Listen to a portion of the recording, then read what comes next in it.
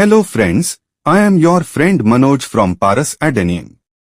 Today we will talk about a plant whose name is Syngonium. Today's video is based on the Syngonium. In this we will tell you how you can plant Syngonium at home and how to get beauty in your garden from it. Before starting the video, you are requested that if you like our video then you should subscribe our channel and set the bell icon to also that the notification of our other upcoming videos can reach you first as well as the video. Like and comment and tell us how you liked our video. So let's start the video on the complete introduction and care of Syngonium.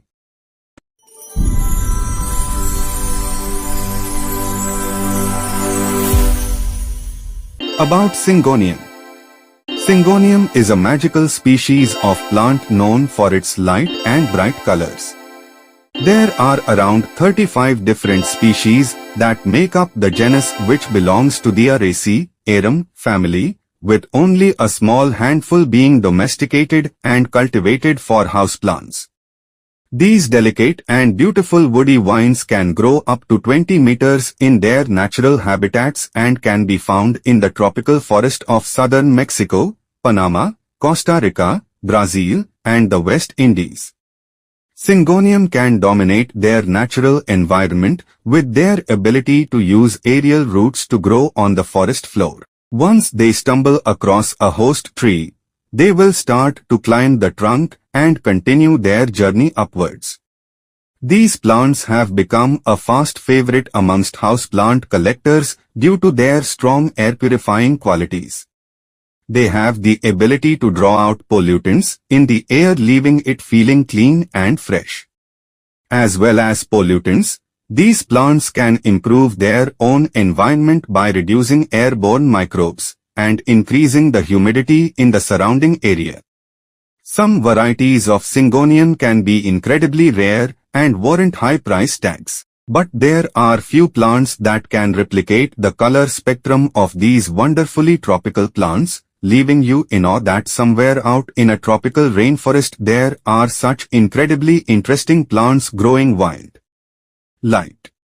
Syngonium thrive in full medium indirect light. Varieties with light-colored foliage will require the highest indirect light levels to be able to maintain their coloration. This is due to their lack of chlorophyll, meaning they will need more light to keep them thriving. These varieties will appreciate and tolerate small periods of the morning sun, no more than a couple of hours, which will help to boost their color and keep them happy. The less colorful varieties are one of the most tolerable to low light or partial shade conditions. While they won't grow as quickly, they can still happily survive under lower light.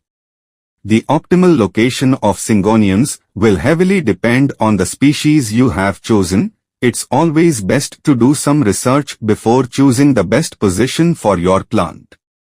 Humidity.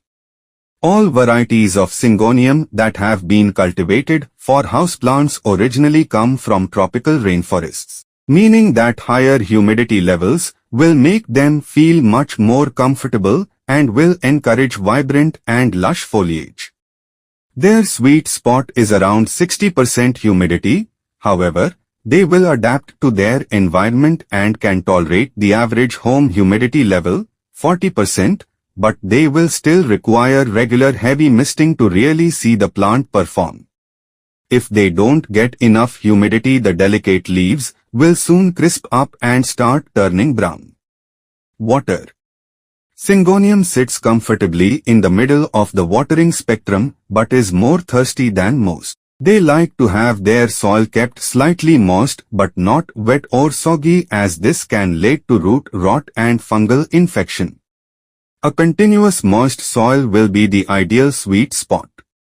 Syngonium is a vigorous grower throughout spring and summer, and during these times it can absorb water incredibly quickly, so the plant shouldn't be allowed to dry out completely, as this will result in brown and crispy leaves that will not recover and stunt growth.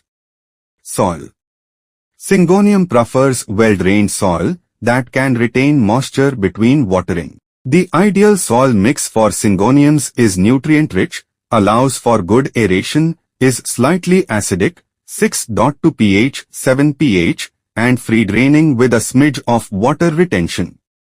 Most aroid potting mixes will be sufficient, but you can always add perlite for some additional drainage and vermiculite for added water retention.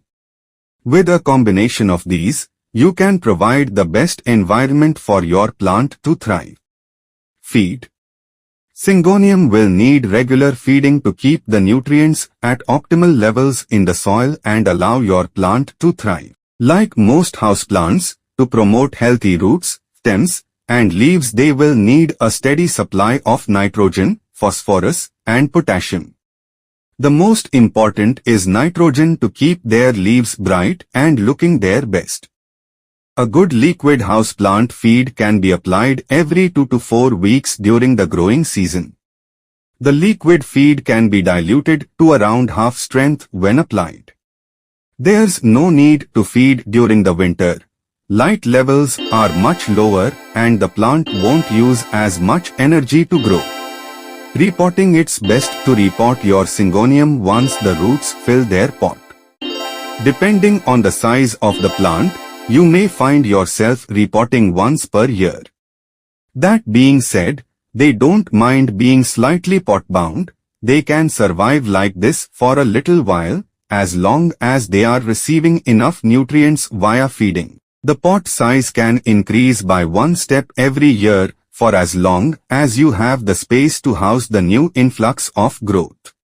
If you have reached your maximum pot size, you will need to top dress the plant once a year with a fresh layer of soil to replenish the nutrients.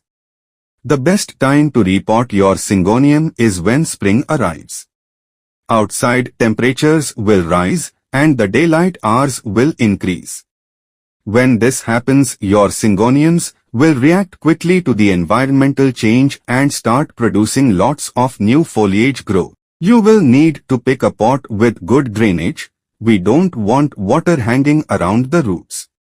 Next, fill a third of the way up with an aroid potting mix. Place the root ball of the plant in the center of the pot. If your Syngonium is maturing and starting to look more like a vine, now would be a good time to add a moss pole. It's important to use a moss pole because it acts as a natural climbing frame. Once you've got the plant and or moss pole in place, fill the pot with the rest of your potting mix and firm down the soil. When you've finished and got your plant back in the perfect spot, you can give it a thorough watering to settle the plant into its new pot. Keep a close eye on it for the first couple of weeks and then relax back into your normal watering and feeding schedule. Pruning and propagating. Due to the fast-growing nature of these plants, it's useful to trim them back to keep them looking tidy.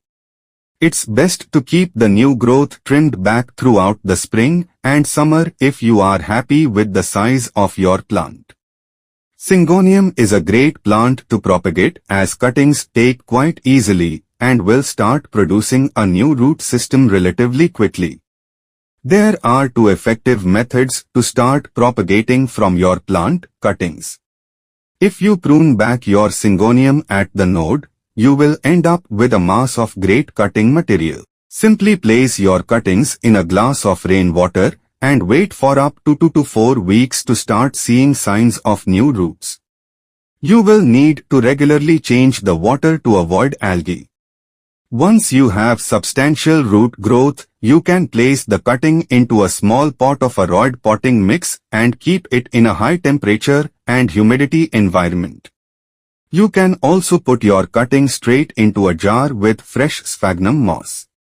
This is probably the easiest way to propagate as it involves the least steps. Simply take your cutting at the node, find a jar or pot preferably with no drainage holes, fill it up with fresh moss and nestle your cutting in the center. Fill up the jar with water so the moss has been evenly watered and then drain out all excess water, making sure not to leave any at the bottom of the jar when standing upright.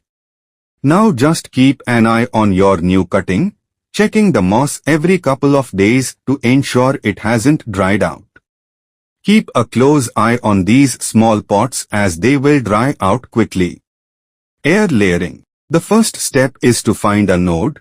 This is the point on the stem where a leaf is attached, with an aerial root growing underneath.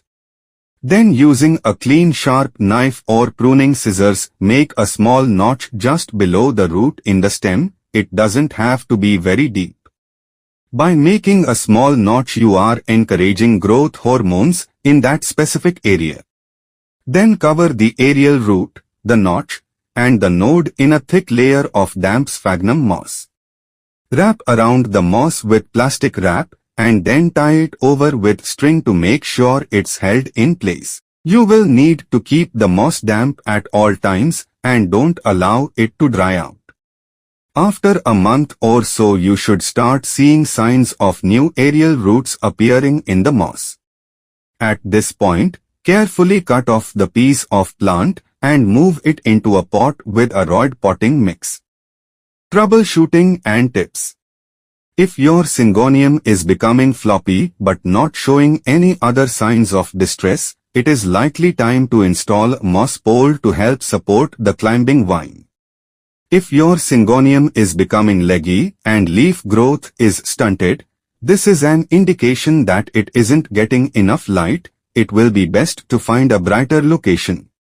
If your plant is quickly developing yellow leaves including the newer growth, this is an indicator of too much direct light. Move it away from any areas of direct light. The sudden development of yellow leaves that quickly become brown or mushy can be a sign of overwatering, which in most cases could also lead to root rot.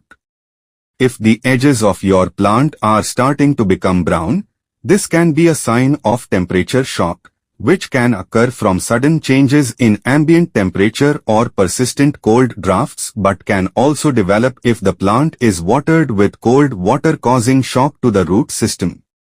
If the tips of the leaves are starting to turn brown and slightly crispy, this is a sign that the plant needs more humidity. If the edges of the leaves are turning brown and starting to curl inwards, this is a sign that the plant isn't getting enough water.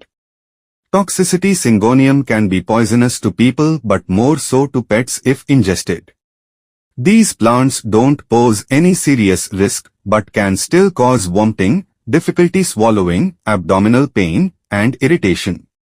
So it's best to keep these plants out of reach. So now you must have understood how to grow Syngonium plant at home. If you liked this video, then please share it. Stay connected for information about other such plants. Just keep these few small things in mind. Your plant will always enhance the beauty of your house and will also provide you with beneficial and pure air. This is the end of today's video. Let's meet in another video to talk about the care of another plant. Till then, bye friends, happy gardening.